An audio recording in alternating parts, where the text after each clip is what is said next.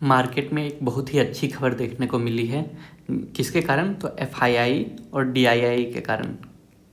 तो एफआईआई और डीआईआई ने ऐसा क्या किया, इन पे सेबी ने क्या किया कि जिस कारण से एफआईआईज और डीआईआईज में मतलब फॉरेन इन्वेस्टर और इंस्टीट्यूशनल इन्वेस्टर्स जो हैं डोमेस्टिक, उन पे क्या इम्पैक्ट पड़ा है वो देखते हैं, और मार्केट में क्या इम्पैक्ट पड़ा है। तो बहुत दिनों के बाद एक अच्छी खबर मिली है कि मार्केट काफ़ी दिनों के गिरावट के बाद अभी ऊपर गया हुआ है। कितना? 57 पॉइंट से सेंसेक्स। ठीक है। और बात करें तो रीज़न क्या है, तो रीज़न है कि सेबी जो है वो एसबीआई म्यूचुअल फंड के साथ मिल करके 250 रुपये के मिनिमम एसआईपी को लॉन्च कर रहा है। ठीक है। अब बोलिएगा कि भाई यहाँ पे तो 100 रुपये का भी म्यूचुअल फंड्स अभी अवेलेबल है। हाँ, लेकिन वो हैं, बट वो कुछ ही ये में अवेलेबल हैं। बट 250 का एक मिनिमम जो मार्क है वो सभी एसआईपीज के लिए सेट करना चाह रहे हैं। ठीक है। तो ये एसबीआई के साथ मिल करके जो सेबी है वो लॉन्च करने वाले हैं 250 के मिनिमम ये के साथ। ठीक है। और बात करें कि एफआईआईज हैं वो नेट सेल तो कर रहे हैं, लेकिन अभी भी जो हमारे डोमेस्टिक इंस्टीट्यूशनल इन्वेस्टर्स हैं, यानी कि जो हमारे जो म्यूचुअल फंड वाले हैं, ठीक है, हम लोगों ने जो रिटेल इन्वेस्टर्स ने म्यूचुअल फंड्स में इतने पैसे डाले हैं कि यदि देखा जाए तो जो डोमेस्टिक इंस्टीट्यूशनल इन्वेस्टर्स हैं उन्होंने 12,000 करोड़ की बाइंग केवल और केवल 17 फरवरी को की। और वहीं पे यदि फॉरेन इन्वेस्टर्स की देखा जाए तो उन्होंने 10,000 करोड़ की नेट सेल करी। ठीक है। और इसमें से यदि देखा जाए तो नेट बाय जो किया है डोमेस्टिक इंस्टीट्यूशनल इन्वेस्टर्स ने वो 4,000 करोड़ का है।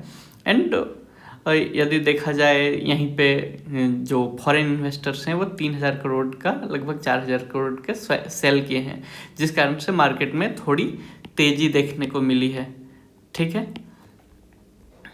और बात करते हैं म्यूचुअल फंड्स जो है वो अभी तो मैंने बताया कि, और जनवरी का स्टेटस में यदि देखा जाए तो जनवरी का स्टेटस में भी यहाँ पे जो फॉरेन इन्वेस्टर्स हैं उन्होंने सेल ही की है, जिस कारण से लगातार मार्केट गिरती हुई नज़र आ रही है।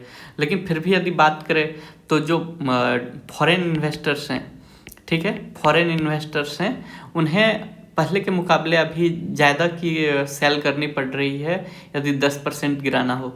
जैसे कि पहले मान लो कि 10% मार्केट को गिराना होता था तो पहले 100 रुपये का मान लो शेयर सेल करते थे। ठीक है, फॉरेन इन्वेस्टर्स। लेकिन अभी रिटेल इन्वेस्टर्स ने जो डोमेस्टिक इन्वेस्टर्स हैं उनमें यानी कि म्यूचुअल फंड के माध्यम से इतने पैसे डाले हैं कि अभी और जो फॉरेन इन्वेस्टर्स हैं उन्हें 10% मार्केट को गिराने के लिए 150 से 200 रुपये खर्च करने पड़ रहे हैं, यानी कि कंपेरेटिवली डबल पैसे खर्च करने पड़ रहे हैं। और वहीं पे यदि बात करी जाए तो मोदी और ट्रंप के बीच में डिफेंस सेक्टर को लेकर के वार्ता हुआ है। तो इस कारण से क्या है कि जो इंडिया है वो छोटे मोटे सामान लगभग बेचते हैं, टैरिफ का भी बात चल रही थी। ठीक है। तो यदि देखा जाए कि एफडीआई जो है अभी यूएस में क्या है कि इंटरेस्ट रेट हाई है। ठीक है, इंटरेस्ट रेट पीक पे हैं, और साथ में जो डोनाल्ड ट्रंप हैं वो क्या बोले हैं कि जो कोई भी यदि इंडस्ट्री यूएस में सेटअप करती है तो उन्हें डायरेक्टली यूएस का बेनिफिट मिलेगा। ठीक है। तो इस कारण से यूएस में जो है वो फॉरेन डायरेक्ट इन्वेस्टमेंट जो है वो पीक पे है। और वहीं पे यदि देखा जाए इस कारण से क्या हुआ है कि डॉलर जैसे जैसे मजबूत हो रहा है, ठीक है, डॉलर जैसे जैसे मजबूत हो रहा है वैसे ही रुपी अभी डाउन है। यानी कि अभी एक टाइम ऐसा था कि 87.6 पे चला गया था डॉलर का वैल्यू, $1 का वैल्यू, यानी कि जो लेकिन इसमें फ़ायदा किसको है? तो फ़ायदा है आईटी सेक्टर्स को। ठीक है। आईटी सेक्टर्स को क्यों फ़ायदा है? क्योंकि जब भी डॉलर के मुकाबले रुपी कमज़ोर होता है तो आईटी सेक्टर्स को उन्हीं पैसों के बदले अधिक पैसे मिलते हैं। ठीक है। और बात करें हम कि